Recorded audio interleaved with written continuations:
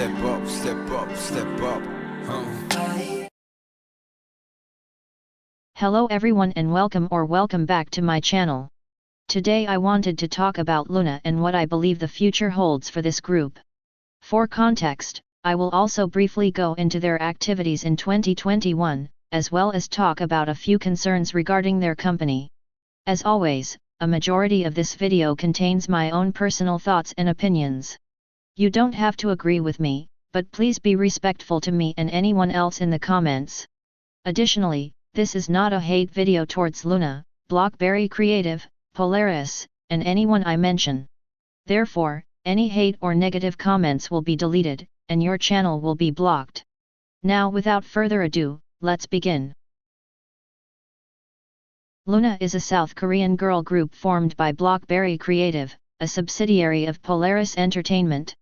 The group was formally introduced to the K-pop scene through its monthly project in which each of the 12 members were revealed alongside a solo single, containing a title track and a B-side which sometimes included a member that was previously revealed, an MV for the corresponding title track, and once a certain number of girls have been revealed, a team or subunit that would receive an album of their own and their respective promotions.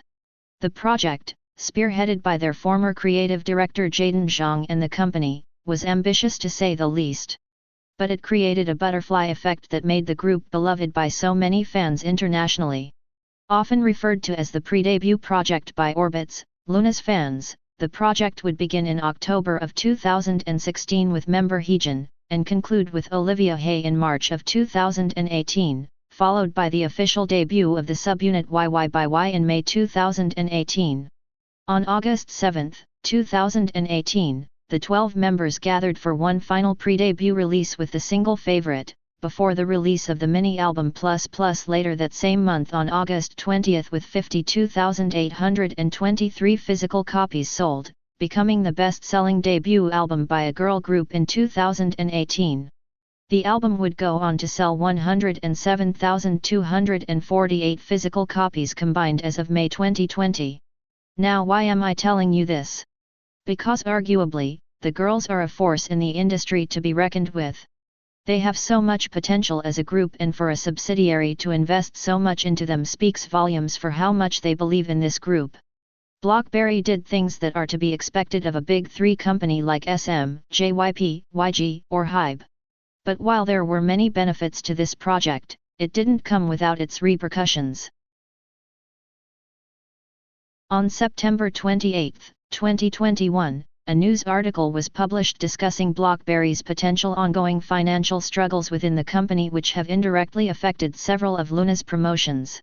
This came after one of BBC's investors, Donuts, an IT company based in Japan, filed a deposit return lawsuit in 2019 against BBC's parent company Polaris, ordering them to pay Donuts 3.5 billion won in full. Polaris has yet to return the deposit it received from its investor. BBC has been facing several financial issues for years and even had many of its external staff cease work for the time being and putting LOONA's activities at a standstill.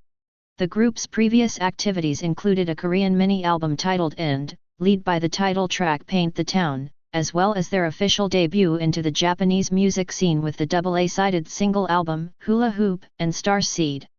4 of the members have also teamed up with producer Ryan S. Jun on a project single Not Friends in 2021.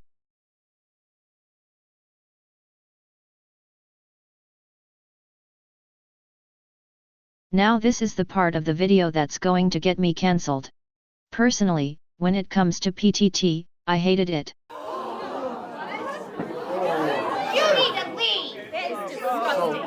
I was a huge fan of their previous title tracks So What and Why Not, but PTT was personally a disappointment because I didn't like the chorus. I had very high expectations for this comeback because member Haseul previously was on hiatus during the group's 2020 promotions, so for this to be the group's first release as OT12 in a very long time and they once again take on the girl crush concept of their previous title tracks, while I didn't mind it at first, the song's production was underwhelming for me. I only liked the Bollywood-inspired elements that were incorporated in the verses and in the album's introduction track. As for the rest of the album, it's probably my least favorite release from LOONA to date. I preferred the butterfly repackaged songs over some of the songs on End, with Wow and Dance on My Own being my favorite B-sides.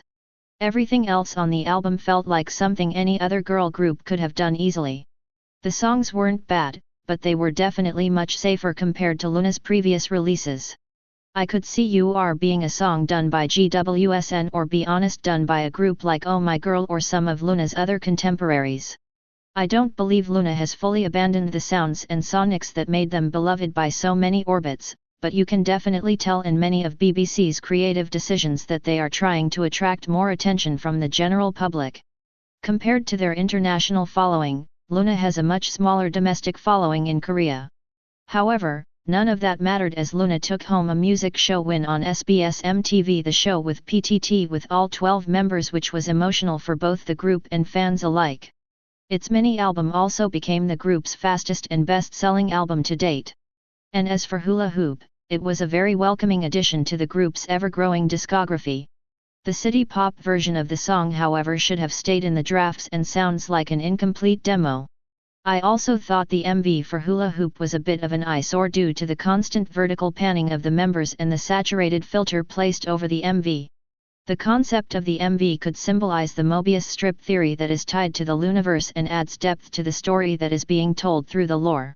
The Looniverse, which is the group's lore or storyline, has also been up for debate.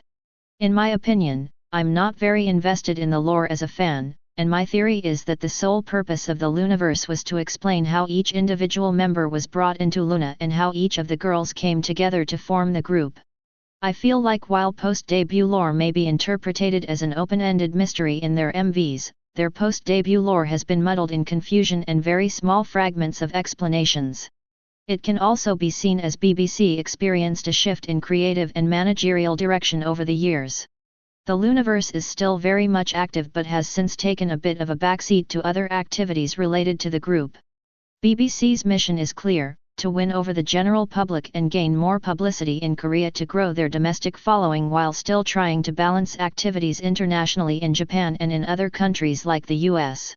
I don't think the Looniverse will be completely abandoned, but I think after Jaden Zhang left BBC due to creative differences, the Looniverse, while it has potential to expand in future comebacks and releases, has lost its direction and heavily relies on the members and the fans to continue and interpret the storyline as they see best fit as time goes on. Now that we have entered a new year in 2022 and LOONA have been active in their 12-piece formation for almost 5 years, what is next for the group? Well, first and foremost, the group is scheduled to commence their first concert of 2022 in person and online on February 11th and 12th respectively in partnership with My Music Taste. It'll be the group's first in-person concert since their second concert in 2019. Additionally, I think the next step would be to make another Korean comeback. The revenue they receive from their concert will most likely be utilized to an extent for this comeback, as most artists receive a large portion of their financial support from their touring and concerts. I think going forward, LOONA should completely abandon the girl crush concept of their previous trilogy of girl crush releases. At least for the time being. People have questioned BBC's reliance on the girl crush sound, which in my opinion dilutes the group's versatility and capability to explore various sounds, genres, ideas, and concepts. And in some cases, many have dismissed the group as not providing anything original or unique to the table and that they simply blend in with their peers. I think exploring other concepts and genres will truly showcase their versatility that many people overlook. I think recruiting more producers instead of exclusively relying on one person or team can help expand their sound.